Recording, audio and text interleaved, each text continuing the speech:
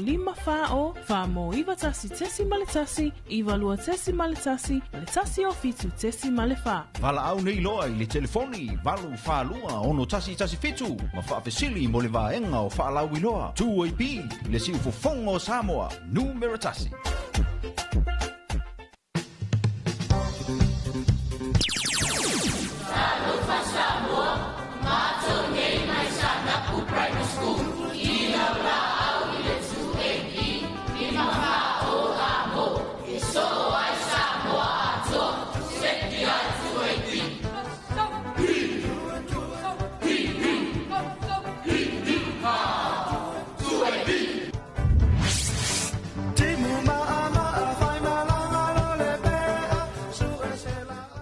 Le polka la melo ofisio komisio ngā ruenga de malo.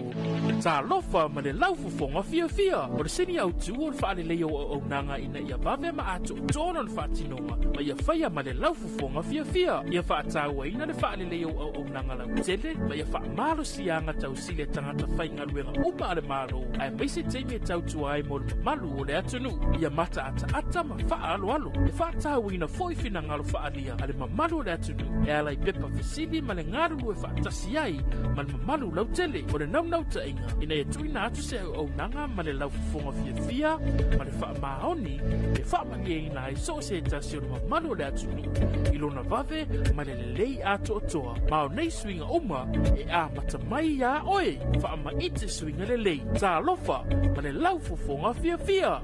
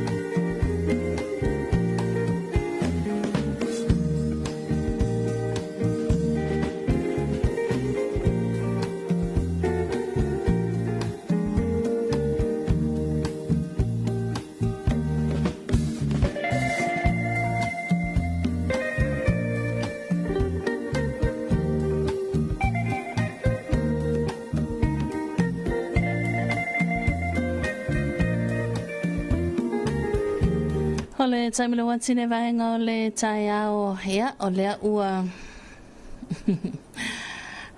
mo lea ua 2 minuta leo te ina le tu la fitu i le tautu mana unanga le si fongo Samoa le tu ipi le nei tai o le sofa raile nei. Ia e pe ona ye tātou whasalonga na ua whaafonga fo il tātou tunu ua wha mai a to tātou telefou. Ia ilona ulua i whaasalonga nātu nei tai au ile mai a o tātou whaasalonga tu sao e pe ona ye le tātou wa sauninga. Ia lea sa whātou tai ai le whaamana tuina le Anzac Day. Ia e le nei tai au mai le tai au le lai au mai nei taimi. Ia ai fia le o tātou se mai tātou pokala masani talo walawa Samoa.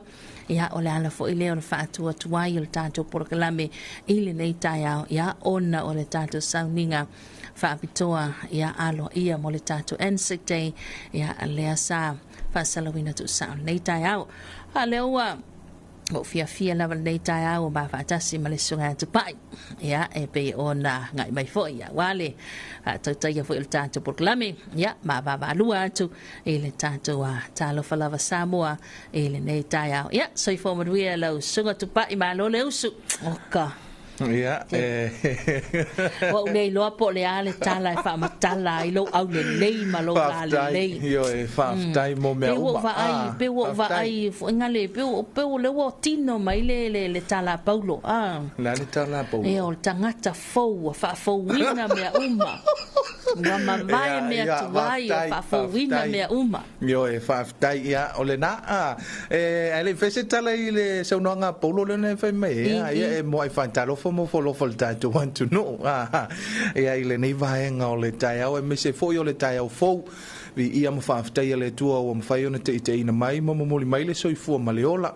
ia ile nei fo ia so foreile la so lo se fo male lima le nei o a perila lua fe lo se fo male lima ia mai sai pe o le na ta ua ia ele sunga fo ia ta Filipepe ia ile nei vaenga o le tai au ia le fa tuai o le tatou porkalame o le talo fa Samoa wa titali tonu le na tali mai le atu nu a me se tatou pa anga masani o le tatou porkalame ona o le tatou porkalame fa pitoa le na pe ona tatou mana tua ai ia le soifua tautua ai me se foi o le soifua au na ia o tangata Samoa ai me se foi le whaamamaluina o le Anzac Day ia ua loa masila fia e le tatou atunu o le sao ta ua foi o le nei anso whaamamalu pe ona tatou mana tua ai ia ele toi fia te panisi ta Filipepe i le tau o le lalolangi ia ai walai ona whaamamalu pe le Anzac Day ia ono o le toto masa atu lou lava le nei vaenga o le tai au ia o ila tou foi ia sa tau mawhaia mai ia le lungala lo foi o taitai o le lalolangi le navai tau ia evi ia mwhaftai le tua o loo mana tua pea lo mana tua pea ia ila tou sa whampenau na ofo le soifua maleola ia e mo le foi wha mai senga nei o la tou ainga o au te tali tonu ia o loo ia ilava ainga ila tou ia lea sa tauina le taua ofo le soifua maleola ia i le vaenga lea ia e vi ia mwhaftai le tua ia wa tātou au lia foi wa tausanga uma whamamanu tausanga uma whamamanu le vaenga lea ia e whamalo whaftai ia peo le ala na wa leina ana tuaina mata le tātou porkalame ia e o le tūlanga ia i le saunoanga paulo le na whai mai ia lau sunga i le whaletua malolo manu malo pensione vai misi pensione ia pensione ia wa kala ia la manu o kala ia la manu me fa intal fal tua ai o vaenga na le ai e moni mantua matu e kalesia katoliko le sai ai tono le fast fulu waso fang fulu ina i me ane o fa pe tangata po le ale me wa le o lo fa na fo wina tangata fo mana tua mana tua fast food waso matua ta to te pa voi la pe ona moli mau ia fol le tua ia ole aso o fast food waso voi le na fa onge ma anu ia su vile toafa le na fa oso ina ona winga to pa io ole sa e faia le ata ole sa e play le ata pe o yesu sa o ile chanko o ara fa so songa nga lu ye le mano no ai fa so songa ai fa ftai na mano lobe ale tua o lo ile so to nai ia pole so salen to le li faola ia tangata foulo ia le ala pe o ka usu vai la le songa fua o ile solua ma to I faua la vai o vai o ka ko ofisa o fa kule ai ele o Yesu le fa mo le ole so ole so o monia so moni por so fa fiti por so fa lata ole so o moni ele fa lata ele fa fiti o iuta le fa lata e ai fa malo le atunu le usu ese foi la ngona o le nei aso awa le mori mau mele atunu uli uli au ia ai lo ia la de fo alo se foi le la no mumu ia e pela o sei fo matala la no mumu malau fa solo ia male ula fo yo le fa pe na ula tu ia wa pe fo ringa ai ai o insectei se langa fo I lenga fa nga wenga ngapo ele se kai mi kia le eso esa fa alo sa ia ona tatou le alu tatou lua sulfa te lo fo ile me na ia sa o ma fai la va su me se me mumu ia ai ma na ia fo ile alo wa nga I mai ia ma na ia lau fa solo ia no fo ia ka o fu me se o fu lang mumu ia wa kulo ile pusala lava ka su va pe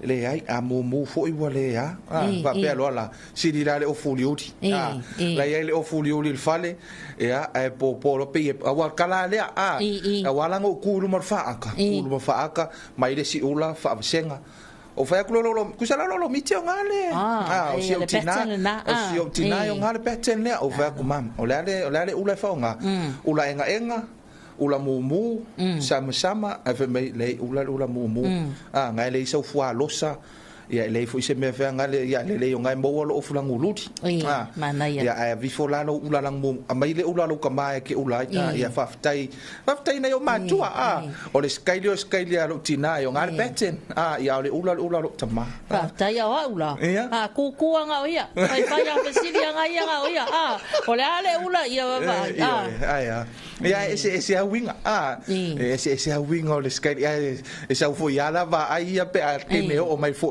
tau no mai voi lona sa se foi anga ia skai fe o lo winga o va matalanga le te tultulia o makwa ia si yo wa ngale wa matua I wa fa funga le lo la wow wow sele la so sa wow na o tana tamite amazing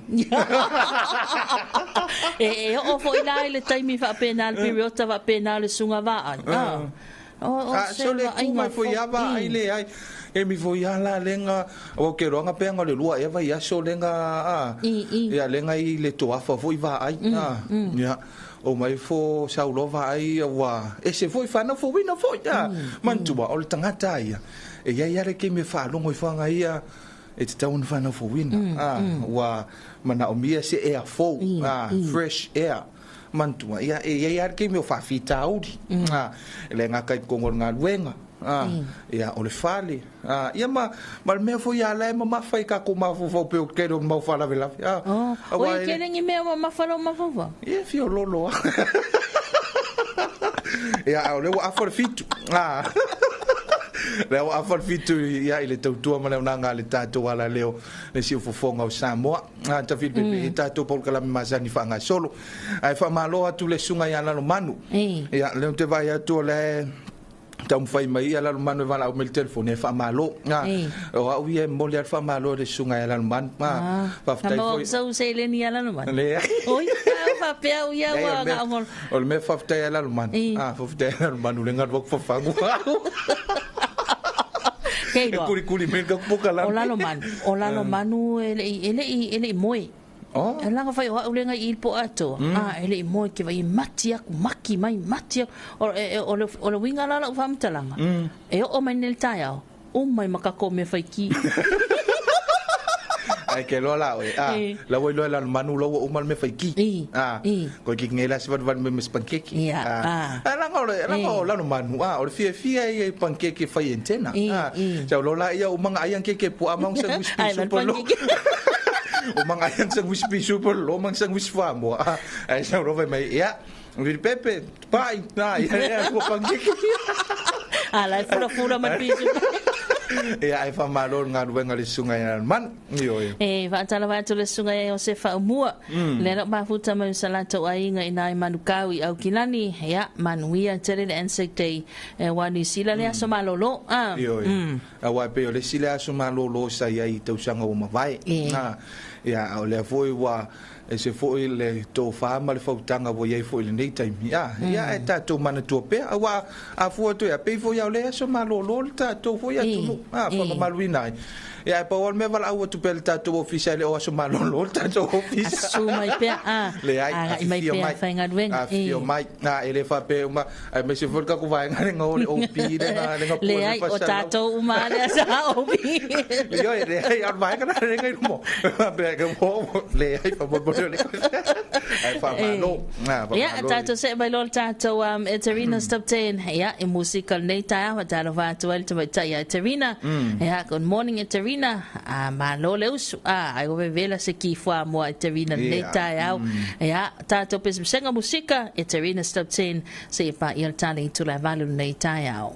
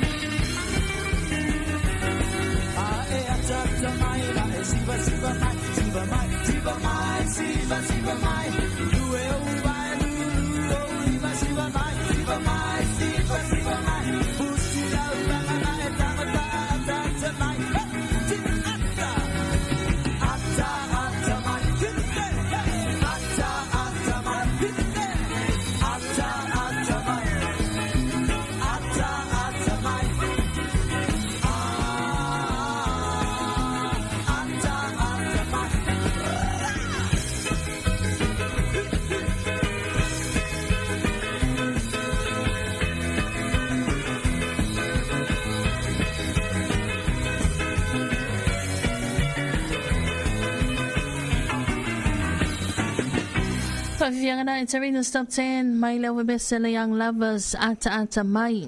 Ia, o le manu lau til na o tātou tā lau fa Samoa, i lea tai au, ma lea tai au, maua lau fonga fia.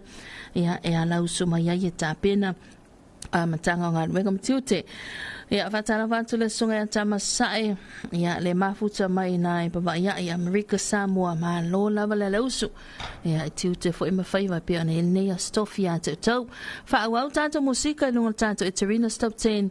Ia, o le sao lau wabesea teine matama, ia, o le lau mua Leone High School ma Amerika Samoa.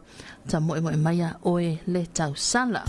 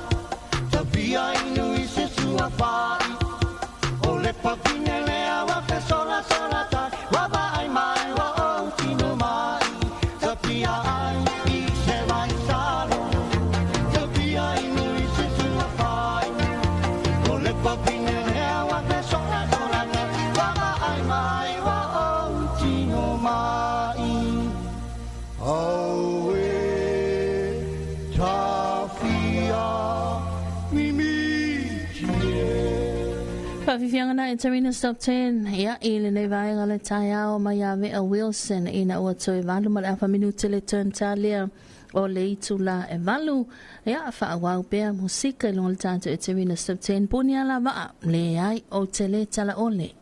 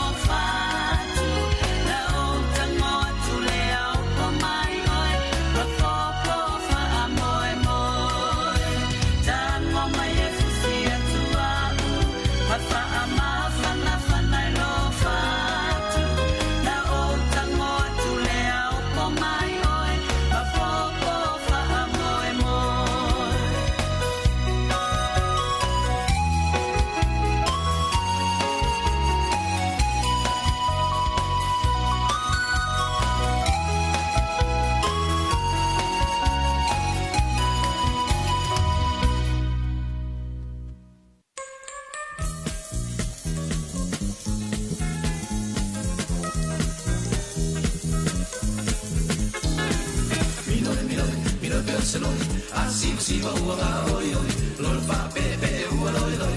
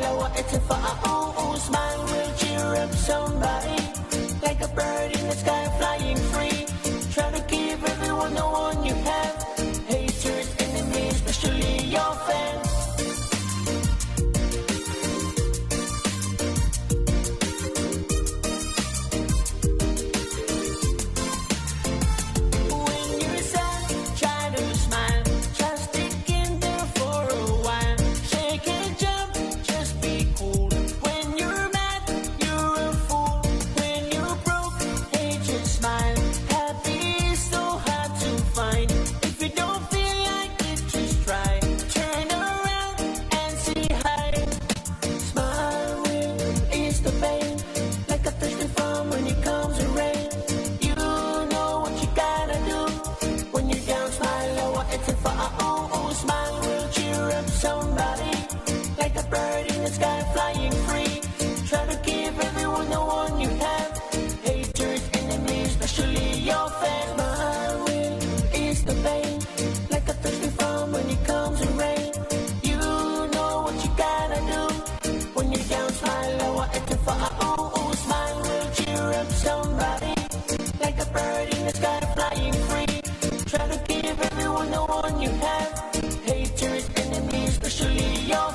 whawhiwhianga na musika sui whiwhiloi nei vaenga le tai ao ia mai le au whai pesena le nifoloa ia ma le smile au ai te wha u ia o le nganga fo ina le nei aso ia mai sultato e te rina subtain au ai te wha u o le tawalunga fo ina tato musika i lunga le tato e te rina subtain ia i le nei aso for really le o tato nei li tu la valu ia os mal whaafonga toi whaasalamina to tato telefo pe ona tapena ina tu whaatasia ia ma fonga ina tu e le sunga mato aina sako i le nei vaenga o le tai ao. Whaafonga i telefo le tu AP i lunga o anala leo lima wha o amo wha mo tasi o fitu tesi male wha iwa tasi tesi male tasi male wha mo iwa lua tesi male tasi malunga o le sino e mai ngoa i ai i lunga o le 2AP Facebook page pale ala ata le malo o le TV iwa le si whafonga o Samoa le 2AP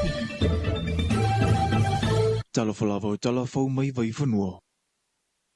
Whai mai le tari tununga nei o tātou tangata o Samoa na tau fia le atua ina ia pūle e matai o le whaatumutumunga le nao le taita inga o ainga whaala putuputunga sau wha inga ia whiu anga e ka le sia e o lava i le tau awe ina le malo mauna upu whai i la lole tūla whono whai ngā pālota e le mawhaiuna tau wāse tāsia le i whaae e ina iai se suafa matai i le whaapupula ina o ngā ai mawhai ei una tau wāse tangata i le whai ngā pālota o lo manei le tūsanga whau. Na saunu ai le sa o upo le komisi o whai ngā pālota ia se monu tawha 5 vai lupe maua i le whilo inga ma le TV iwa whaapea le lua api i le niva iaso.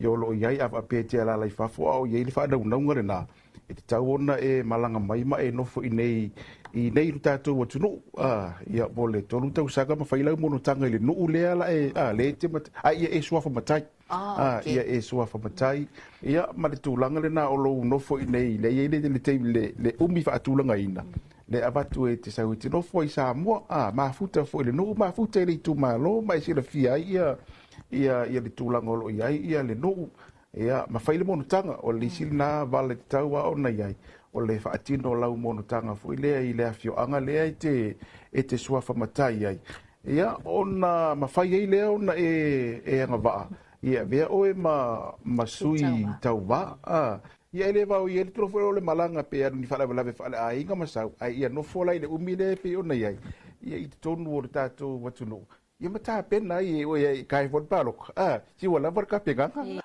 Aina sau noa lea whiunga ia la whai lei makirita wa e lua. O se tasi whai o se i se tofinga mawalunga o le komisi. O le tolu tau sanga lea e peu na tā ua, e amata taua nga i tua, mai le aso tonu e whaau wai le suafa o le atau wā, mo le whai ngā pālota. E au pito i to e tele atu tangata na malanga mai i Samoa i le piriu tamaia o ke topa i ate sema o le lua awhelua se furu ma le wha.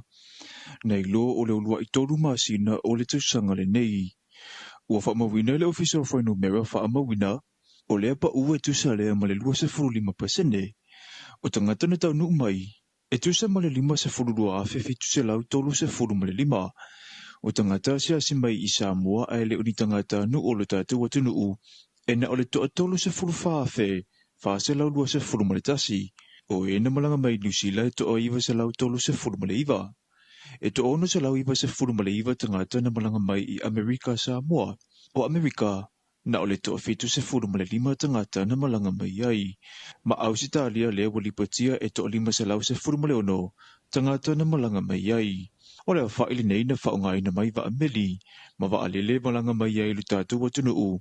Ma o i fo i o loo iai le manatu, na maua e se tino i tupe, e wha popo i lo tatu ta mau ainga, e le ngai tau le ta mau ainga o tangata taito tasi, o bisinisi makamu pani, se ia o fia umalawa mai tu tino o lo tatu ma lo.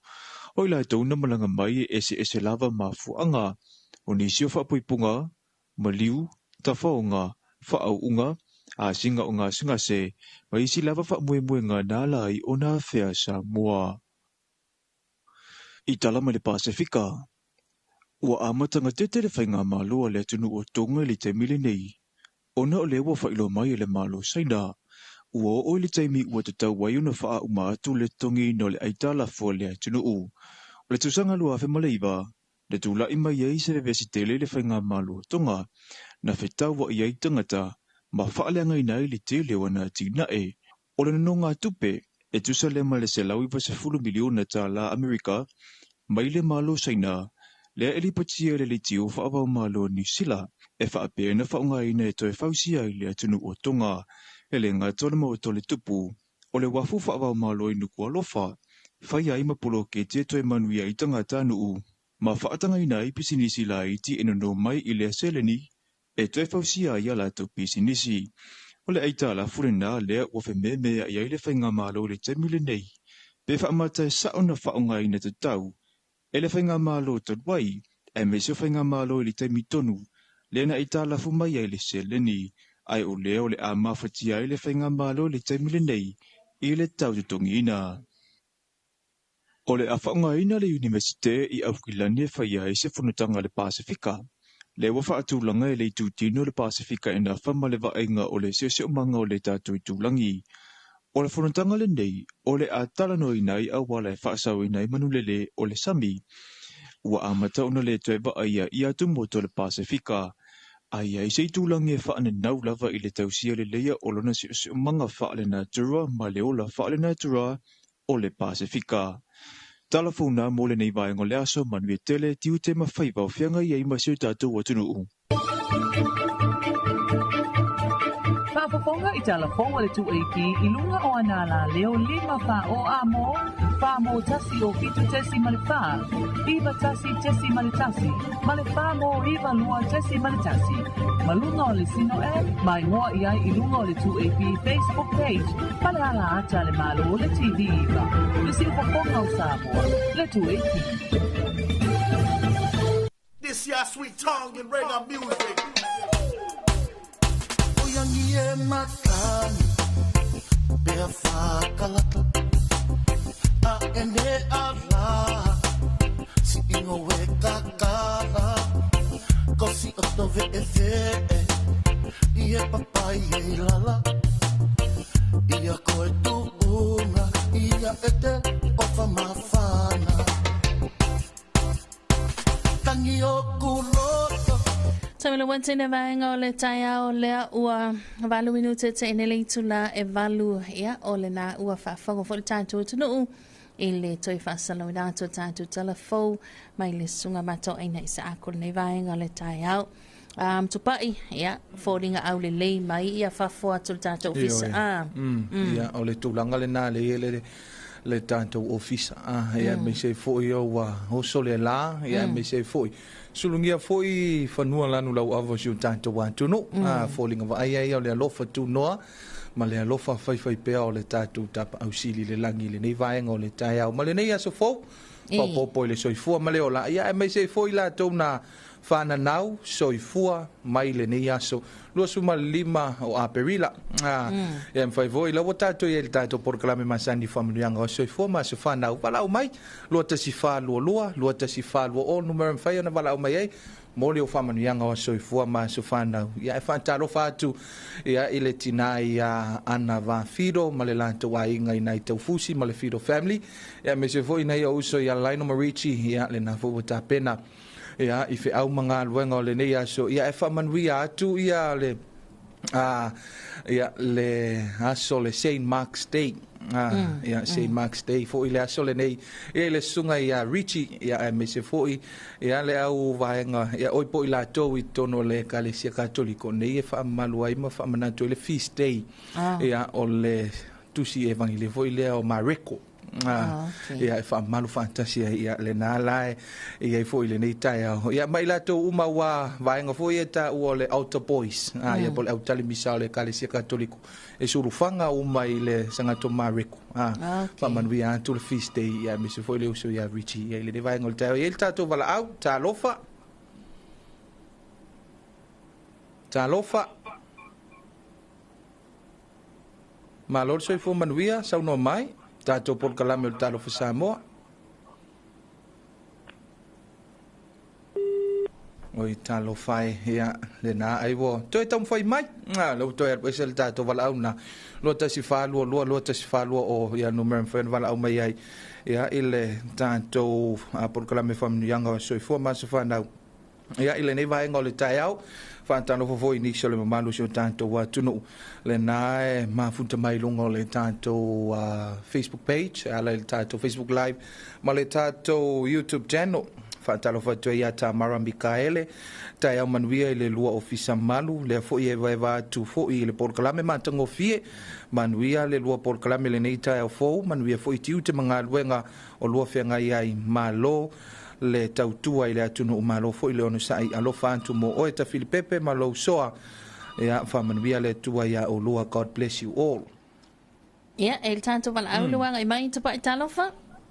Talofa lava malo so ifua manuia le tai au le lo polele ia pa mo le lava o le bala au aku ni la lo mala pa sa vai e o le aso fa au ni aso duas puro bale lima o apelila ko alua la ia fa au fa te o nga aso fa kasi la ua o le aso le ni a ko ia le kolus puro maleiva kausanga o le ile o makua foi o le au anae pulo rudi tu manuvao a ko le solo nga kols pulo maleiva a o tali ti nga tu manuvao a ko ye nga kols pulo malefitu kausanga ile solo ngei kasi lava lo la pasinga malo la so pangau ia o le fi inga la ma malfa kai kama o le lang ongo ngi ka usanga kele wa dia le fangau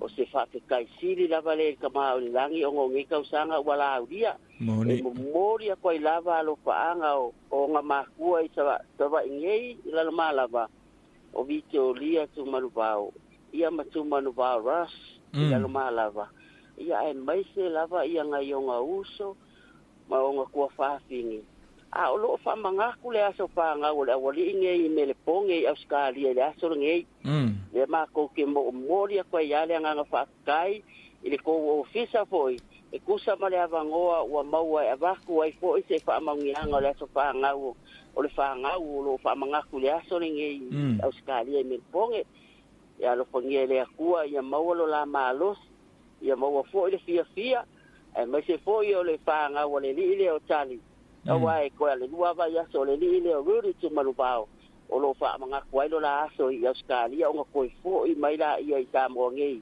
awa fo nga luenga ma kiu ke wa bala o ngai ngai ia ai ma ko ke fa kai ko fo i ko ofisa usai fo man ngi ya vangoa fa mangi ya ke le lava le kua e kiu ke tai lava valos so i kua la le ya ka ko ke fa longo ko fo i nunga ko por kalame ya so kai kasi ya ale kala le ya lo pangia le tua ya pangia ke le lava o ko dai lava la fo ngai lo mako le lo fo le balo pa alo lava fa kai ya fa tai vala o mai fa tai fo mo famnianga ya o le aso so fo mas fa na fa manuia fo le tua ya ile nei vai ngole tai au ma fe au manga luenga tanto fe lo ipea ya fa kai lava ya so fo ya Io e olo tala tu pelta to leina telefoni vala au mai ia famlianga o soifo ma su fanau ia ile se tatu vala au talofa ia ta manuia T20 tu pai tu malus tita Filipepe ia pe tita Filipepe ia mana ia fa o malei au ti awa e ko lua ti nga kele nga kalango mai ai ia ti teko ia tita oto tita mo da manuia mo malo ia langi mama nga foi la oso mai akin kiki a o nga pal pia ko i mai la ko pa mai le ina mo malo kin kiki a o na le ina ma ma ke wo de a mi lo ko le mama ya mi so ya you ya se Faatalanoaga po se famlianga vo le vai ngol ta ko ma sang nga yo ka ko pa anga kalo pa ku kamalu wa me mali ya kalau fa ku la inga sangu Ngongu le upopo, ngongu upopo. Ia. Ia le ngi kaya o ka ko au dia mai longa lupa malonga le. Ia. Pa ka lupa ku foi. Kama fa sa o le langi o lo fa penga ngo kalom. Pa ngo mangu awasio ka ko kungu. Ia mo per ko fi de mu. Ko fi mali au ngi yengi bibesi. Ia. Alo fa ngai tinga ka mama ku kua. Te o lava se o inga I fo le de ngi la lo ya ka manguia le ku lo ko so ku mleola ya pa anga ma la lo pa fong fong ma lo fkele pu la ma lo mo ko uma wal va fe ngai fo ka pu inga si ka ko wala le ya ka si fa ka lo fa ya ki o lo pa pe na nga tai lava mo malo pu ya li ka ko wala le wa ngi as thank you Pala ngi me. Ia ioi, aia. Awe keke. Awa ngal pala ngi jole fai ma mo tu. Langa e fai ma malanga. Ia so ia langa ka ko ro amal malama wingo me ngi pala lang. E fai ma mo ngo. Ia. Para la pampa. Oi so. Tinka. Que vaya con tu pa yo remix le. Kalaka. So did I la. Ya. Nga se mo ipala. Wo fengumia. Wo fengumia. Ya lele. Ya mana ya faftai. Ka ko mo ko ka wa vela. Ka ko e Ora pongo pie man makakak. Mama I fo mi avenga. Yoi. Aya. Ora la vai. Palong aku ma. Mai ka waku a inka ingor ngia. Ia ole fai ma ngaluenga masio wakari. Ia. Ia ole fa ma mama umang. Kinga inga fo ila les ya. Pe kinga ingami. Ia vaftai mo maro manuia fo il fenga e mangaluenga. Ele akulava mo. Vaftai. Tai. Yo so akau. Ya, de lei. Ya pele anga le mai. Le mo le ya ke urua ma pa ka ka ngol ka ko pokalan. Ya ale ama ku ka pe. Ya poa fo ni. Manga ku bang singa ngalo le a feo so ifi. Yoi. Ya, manuia ne ya so fe au manga luenga mo malo faftai mo lo saul tanto por clame. Ya, manuia. So ifua. Faatalanoaga ia faletoa a foa I lunga o le tātou live o le tātou Facebook page.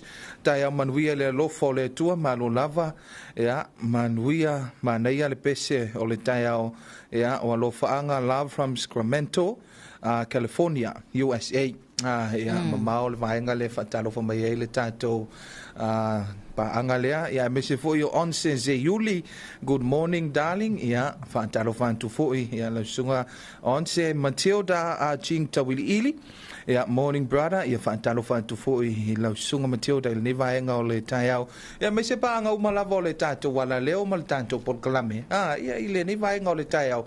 Ia fe lava le meo e mafuta mai ai Samoa nei tuli manwe fio lo langi. O ia ile o nanga Faatalanoaga good morning. Ele se tatu vala au le nei vainga te au talofa. Ya. So I fo manuia ile ala leo makaukia. Ya. Ala fa foi lo so akau. Ya, tai au manuia. Ka fa longo ai la umivo. Ya fa ka lo fa ku nei I de mongo fao. No. Aka ula le mongo fao ia o fangaloa. Ya, moni. Wanga ale mele le pawale o la le masaure e ku ia mako. E fiu e kuri, ya. Sawa masau mea uma. Sprinter. Se Faatalanoaga Ya, manaya. Tina matua me se foi ia o au lawa sina. Ya. Ya me se foi ia o la fainga venga to file tua Faatalanoaga tia te to. Ya masa mo nganga la ve mai ko lo ku kaeo ya fa tai le tua. Ai ma lo le nga lui. Tai lava. Po i te wa tai o to tute mo tu foi mo lo tu nga lu ai mai lava I kaeo se ia pai el pong sa Ke le aku o le ale ngo melo le ale de ngol ko Facebook page. Mo le tato Facebook page o le Radio 2AB and TV9. Okay, we able TV so le mo mo walunga le me walu. Ya langa o le alwan tu ma tato por kalame ma tato fa salonga lunga le tato wala leo mal tato wala ata. Le ki o va ile mako mo pe ka ko ru ri ki ngolo ngolo mo walu me walu o ile. Io mana tua foi o le como fai a ku lunga le monga. Fa pe o lunga le monga nga ta o to yele man wi o le fa sa fu i tanga to lo la papa o la wele ele. Sili ya fao po. Erei ke ya no foi mo se lunga le monga ya mai ku la fongo e o fa mangianga foi nga le lunga le monga. Nanga we ile maka o si ya si ko mo. Langa wo fa fo wina. Wo fa fo wina wa vea matanga ta fo i oi. Fa fe kai wa fo. Wa mai a kule aso maliu o le pa. Fa mana tuina longo winga nga wa fa manga ku mai a mar ko maliu. O nga ko ngwane ani mama foi sa ko no. Ya fa tai mo lo sa ta o el tato por clame. Ya o luai talo. Good morning. Goodbye. Ya. Soy foi ya luai. Ya le man wi fa mga wenga le ne yaso fa tai mala o mai. Tai lava. Ya soy foi. Ele se tanto valau ta lofa. Ya, yo lo fa lofa. Lo fisa. Ya. O vai ro fanga. Va ko foi yo ka ko ya mga ya yo ko no fa ka lo fa de ya mun babalu so ka ko mama ko ai se foi lo fa ko ria ma ko ya se ya puro ko fa nga ba le ya ma se foi lo fa lo ko fi le ko o ka va ko ria o se manguio sa boa ma ai ya pakalo fa ku ngai ai ngai pia maka mai ya fa pale la vea na ku or mako ai fa ga fa tenga foi ya kana lo mutua te foi lo nga io tapa ya man fa ga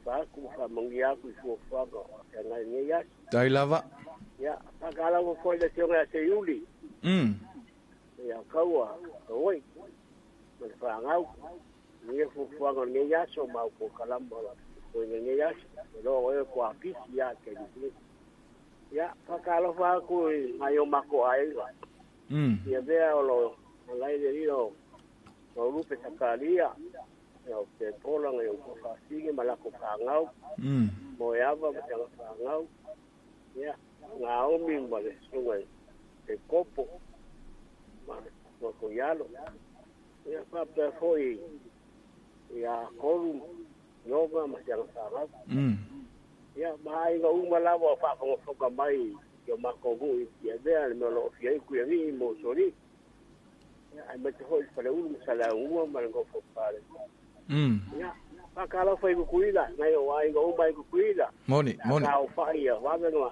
o ngai ia ka mai kai leao yo foi sori tamakuo yang yai mo ya sop ya pelo ki la lei ngai wai ngai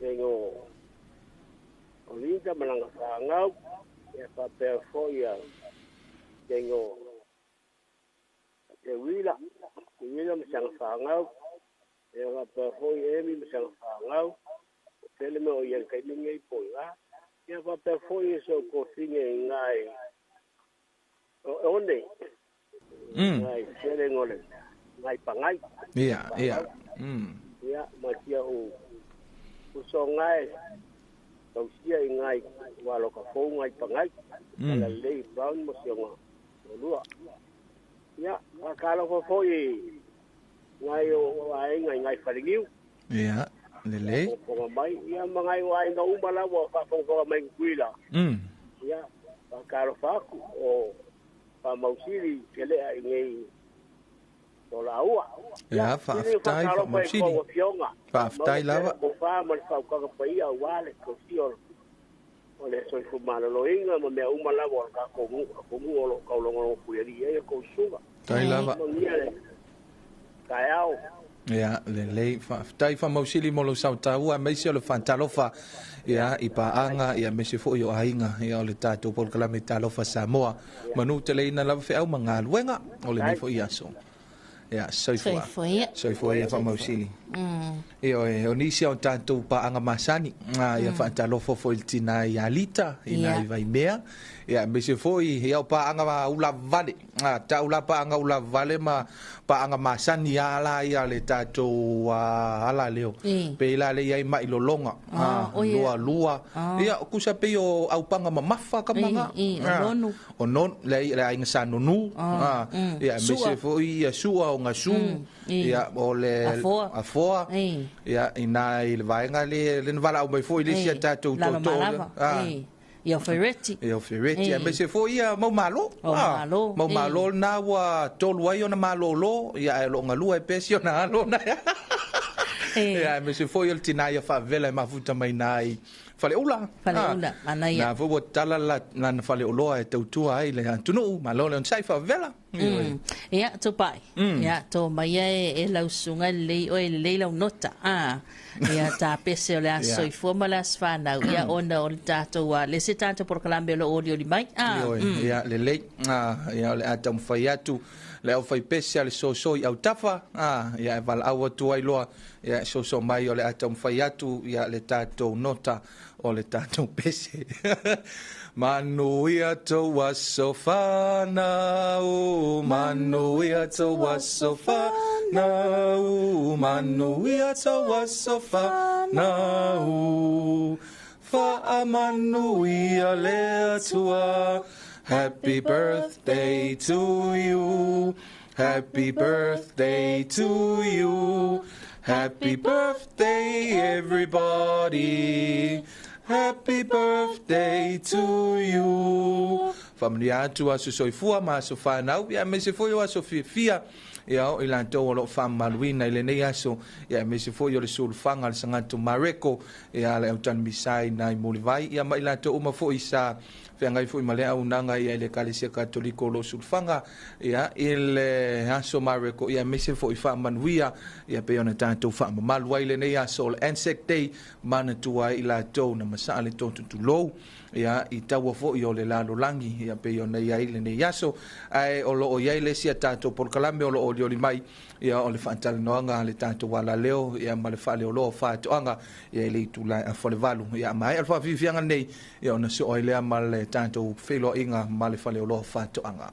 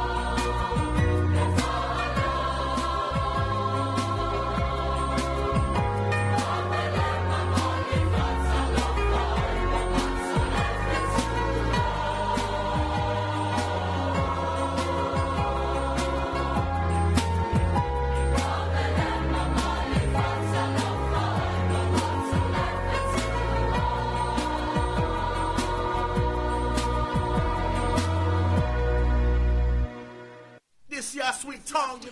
Ya, fia toi fantalofa mo falofa ilo tanto wa tunu ye le nei foi vai ngole taiao e pe ona fanga solo e foi tanto pon klame masani ole talofa Samoa. Ya, ole nei foi wa vai se foi lo pepe le nei taiao pe ona mato mafunta toi foi. Ya, masui ole fale lo fanto anga.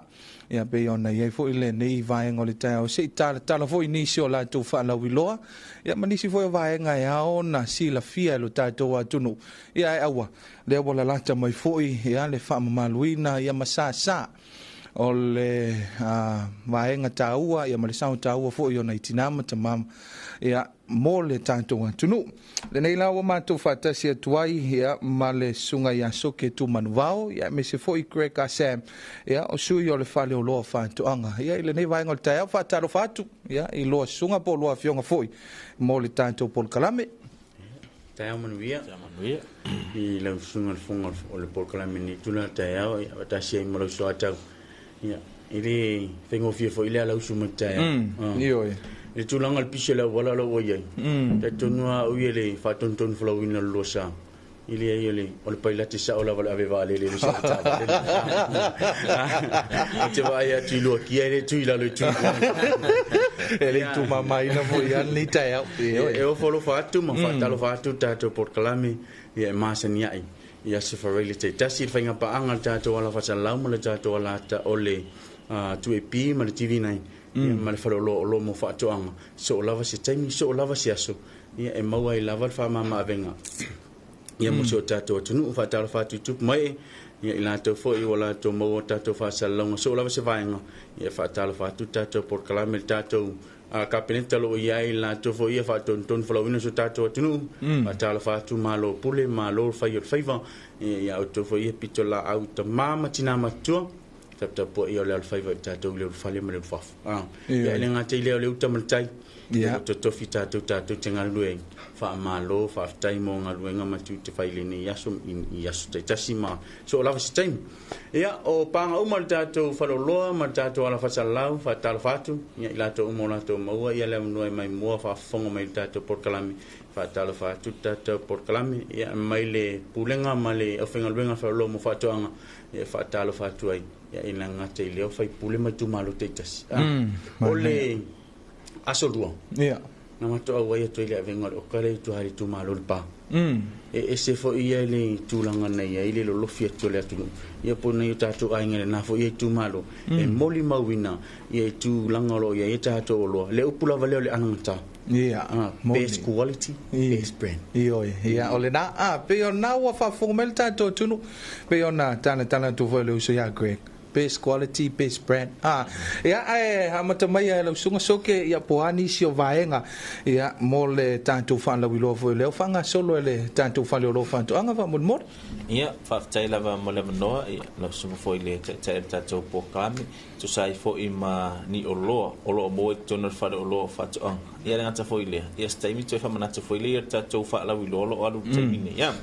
Ia ole tu lata tu fo ile a sa motina ia o taimi level nei wa fo ole alofi lima le tina ola tu tonga la au tu fal ia pe tu langa na fa mana tu pe ile mamalo so ta tu tunu pe lo ino le podvaso fo wa tona matesta tu fa ala wilo ia ai pe o loa ia o mo fa lo fa to anga em fa ye on of so swani itina ia mo le faia fo la to tonga la au te fal ia wai pe la te fia la tu no pena na to mano tato watu no ia male mal fo tina ia o tulanga o suo o suo o tui mo fo ia tui la iti faingo le tam faingo la au na fo ile tui la popo fa maluino pala o suo la po ma suo la iti ele ant foi le ia o lako foi po rakes fa nga ina I la to tonga la ele nga te rakes la po ia me fo ia va nga light ma watu langa ala mini ia male tu male unga foi e ma fai foi ona e no fo le la lo ma tam fa malu palam tu langa fa pena ele ant foi le ia o tato fanga au po garden house lo fa nga ina fui ia tato la au ia mo so size o le 20 mita, 30 mita, e ngata foi leo tu ai ngole makreka, ma ua le 30 mita, e ngata foi leo le 5 mita. O tātou hous uma foi o ia lātou fittings. E le hose fitting set, e ngata foi leo, whai ona e whaatauina taitasi, e le connector, o le chonya, ma tūlanga whapena. Ia o fitting ai mwhaona e whaongaina. Ia morifuina leo tātou la au whapi ia i o le whanga au ana i le paipa. Ia e whape fuina tosoina atu leilau tonga la au. Ia matulanga lau whapena. Ia, ma lo whaftai sau no soke. E se vaenga e te whia whapopo e le tūlanga leo whamole Craig? Ai le vaenga leo tātou whanga au tonu tā ua. Ia ila tau i e le vaenga whiri tūlanga le aunta e tosol whanga au. Lo ia ila tātou ora teng. Ka mai ti poti foi. Ka ua e paralangi ngā ora teng. O tātou ai sa mo ti poti. No, uto i lava vai. Whaatuturu ale i lunga e pule lava o i le tili o le vai whaatuturu. Ia, ai whaiwhi man whaatete. Ia tūlanga lo ia i so na sa ole vai lunga la au. Le wha mai le tanki fiu. Ta ua tātou por kalame o i tonga. O ila wele ele so tātou atu nuu i le wha mai. Ia, e le o tū mama ina pe tu au no ina fo i le whalolo o lomo whaatoanga. Ia vaianga fo ia wale pui maluina le o nei wha mai. Le vaila au mo le tape ino le inseti neo nam. Te le manono e whalolo whaatoanga. E le ngata i lau ta wha whale, luma maota, po o tu alawa fo i. O lo maua le whalolo o lomo whaatoanga. Ia vaianga uma a wale tine i o ne inseti. Ia, malo whaftai.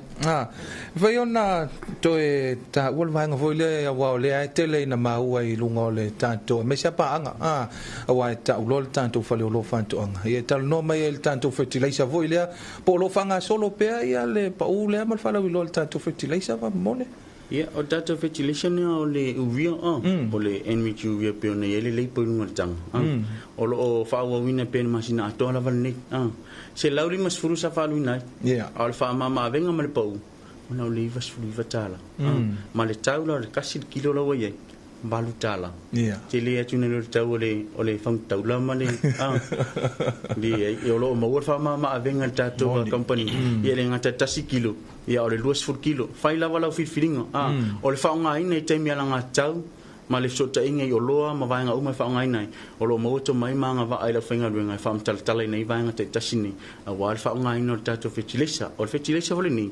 Ia, i rona whaonga ina le ngata inga tongi. Ia whaifau ina sui ina le vai. Ia ona whangarole whaonga i tātou sprayers po whangavau. Ia mo le whaonga ina le ngata i au tonga lau aina. O tonga la au whaisua, tonga la au whaio. Ia o le whaonga ina whaileo mutia.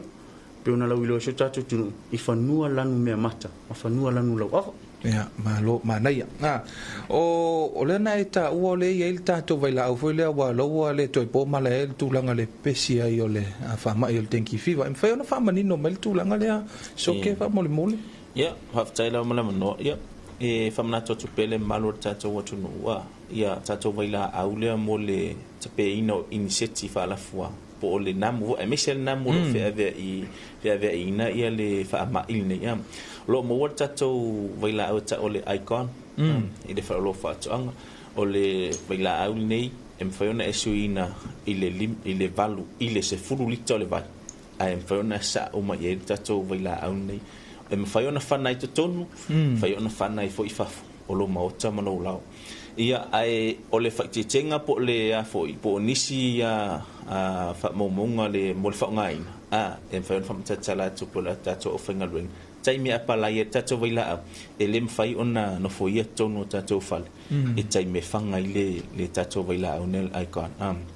E foi le tātou waila au e ta o le koloa.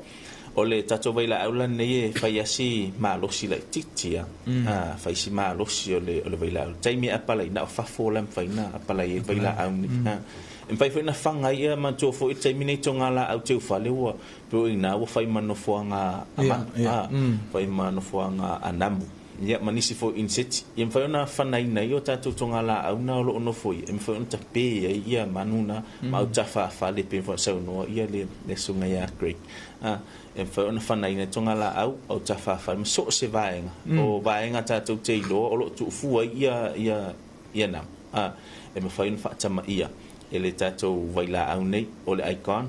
maleklo ai peila ole se ngana ole apalaina ole ikone foi na fana ina tono ma ota malao in faf ole kloala ia pena o fafo tato ma ota malao ia ai fai tete foi lata yo tangata ngata foi le o tangata lo o fanga ina le baila tau ona fai le o tato marpui tato por tadi fofonga ia o mata matulang ho pena to tingilima ia matulang ho pena molpui lava oi mai le fanga ina le tato baila pe tulang ho pena ai lo o mawar taimi nei le tato ia ai le ngata foi le esele sawa fa tawina ila to lo ma sani lava ile baila au ni ma tulang ho pena esele sawa fa tawina ia ai le ngata foi le tu mama ina foi le tama faida lo fa to ia awane I motu matangata ia vaila au nei e mato oka mai lava ua mai tauina lava le malosi lava ole namu tonu o tato wa ana ngata foilia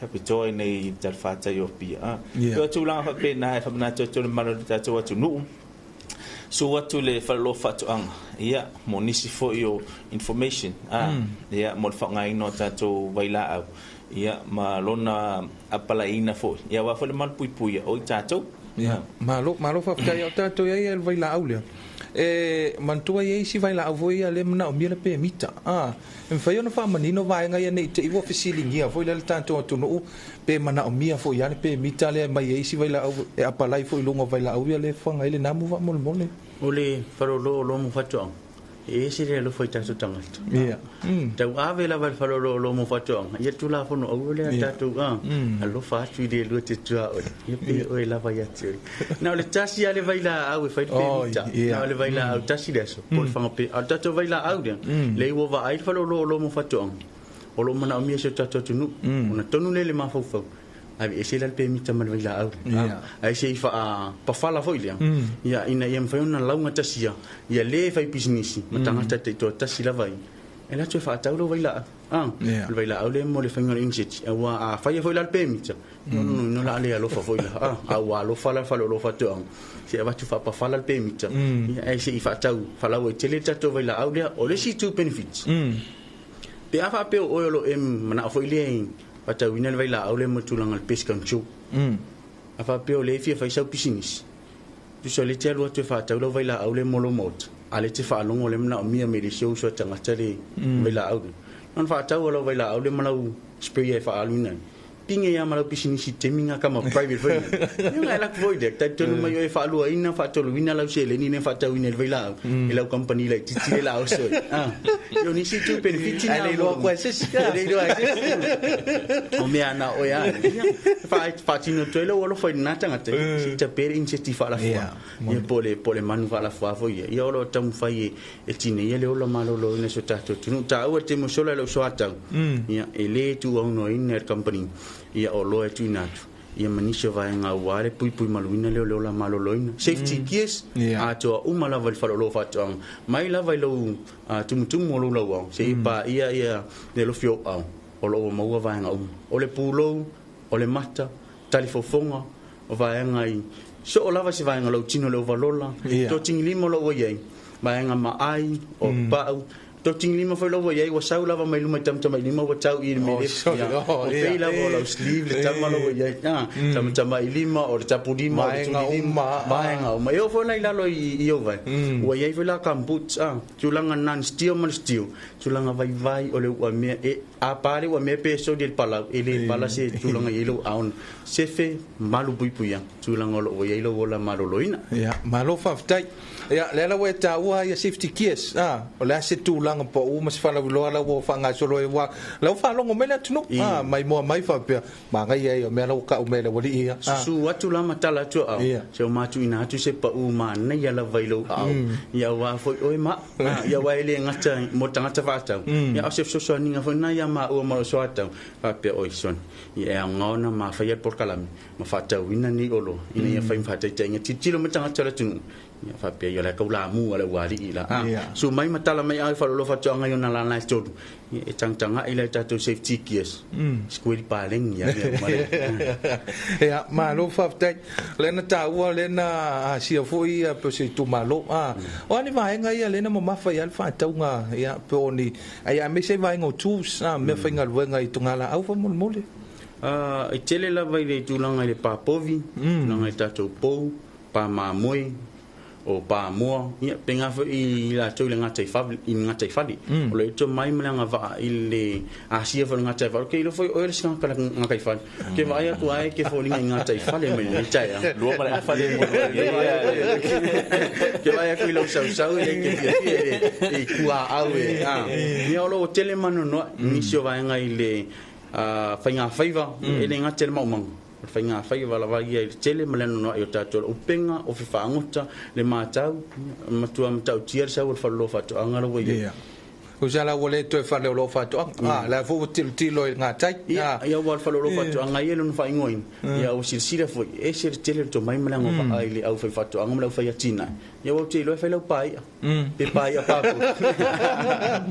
ya vai nga uma lava e te ke lava fallo lo fato ang ya so tato tinu so lava se vai ngam na mi so son ya vai malima mo so tato watinu ya ma e se vai nga fo le tfia se no ye vai nga le so ke fa mol mo tulanga le la tamai tau tanga tole tatu ino le oloa le mai ne fa lo fatu anga ia pe ia nga tele la le proketilo le miliona pe fo tatu o kalena ave fa to fo tua iso tatu itu malu tatun wa no la e se la fia tanga tama fai ona la to mo ina ia le no ia e fai o la to fatau ona e pe fo ina tawa o soata o le best quality ya tatu ulo e umila von faonga ai mato fa onga le le ya ta similiona le e fa ta wina pe o kaina ya tatu ulo le fa lo fa tanga fa lo fa to awa wala to tel tonuina le angata mali umiona fa onga o tatu ulo ne lo fa ta wina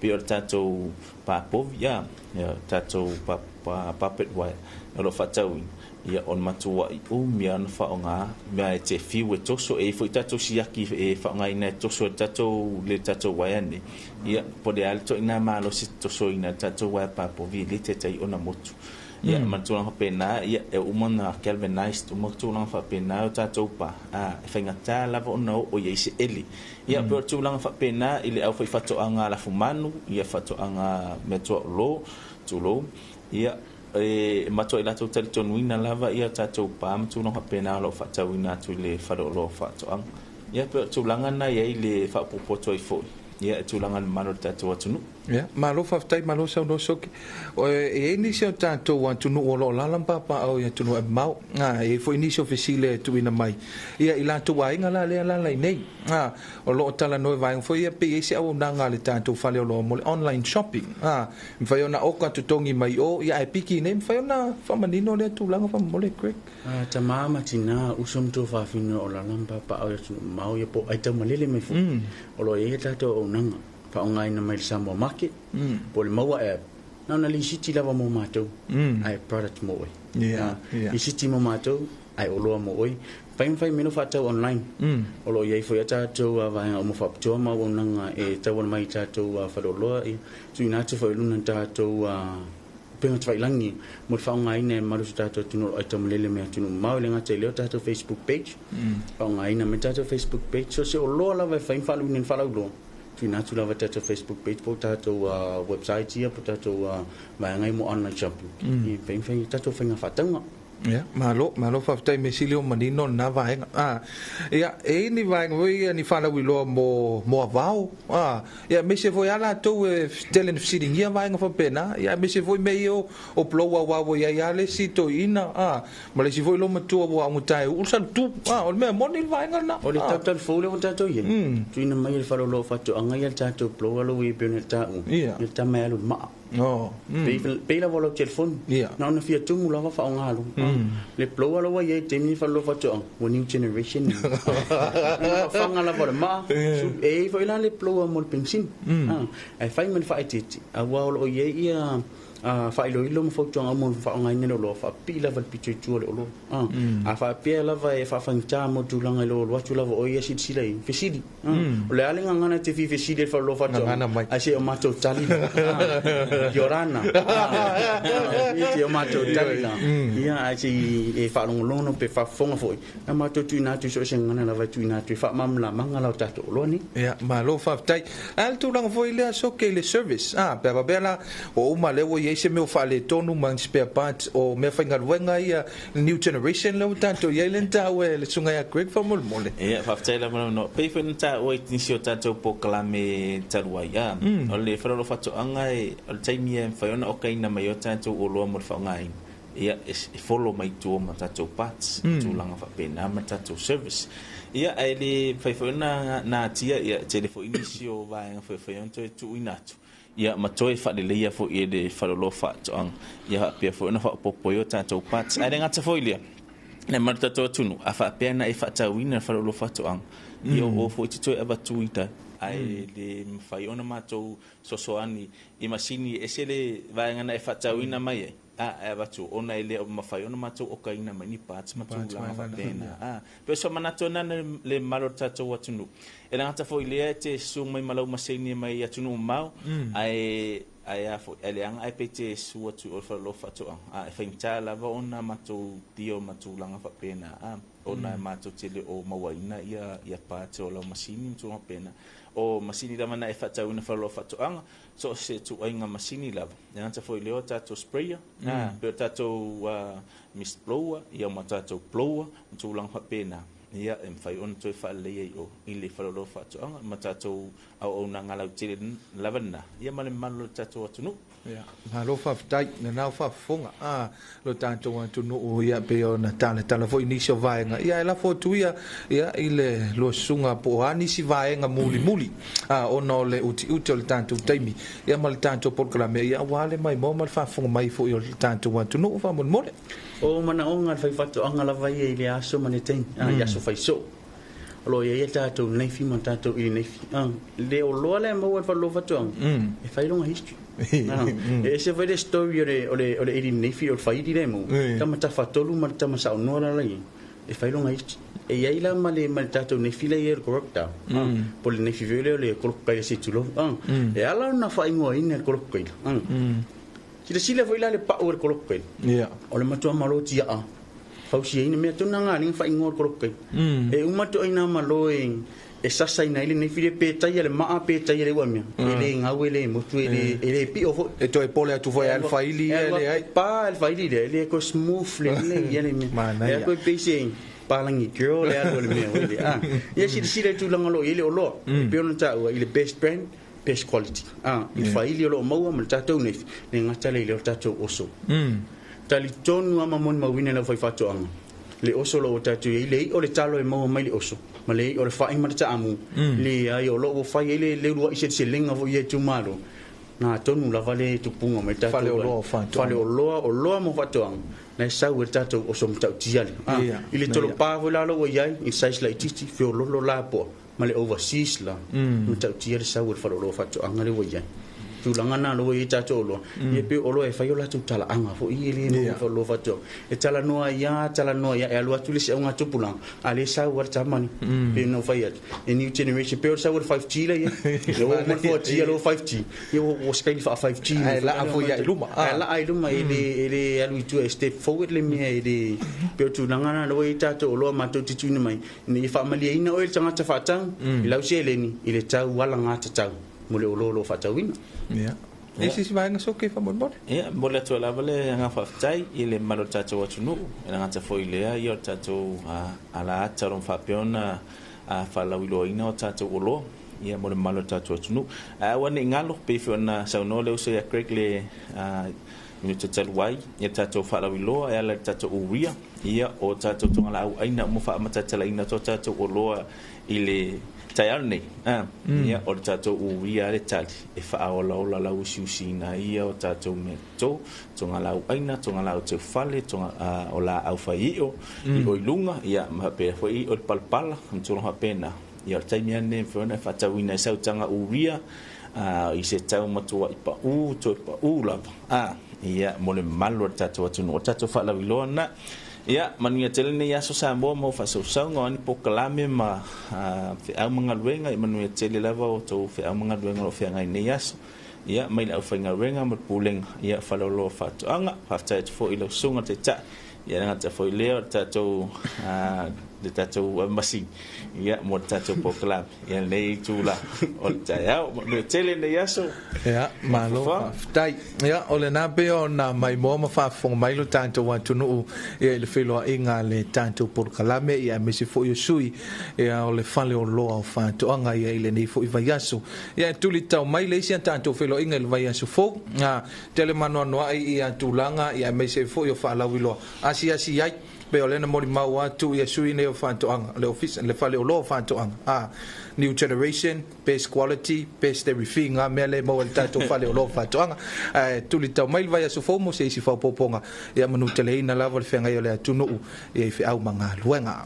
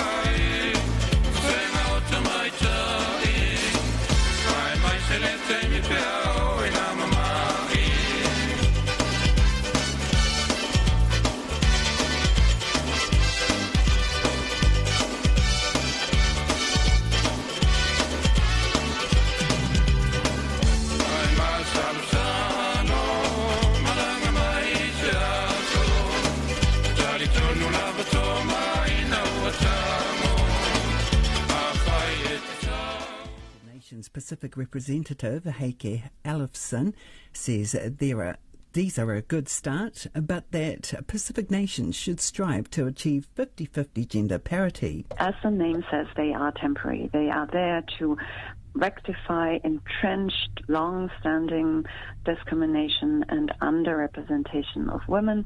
They're not there as handouts. They're not there to get women in that are tokenistic. That is really not the issue. The issue is to alleviate structural inequalities.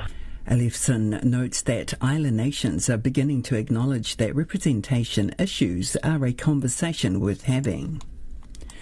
The presidents of the Marshall Islands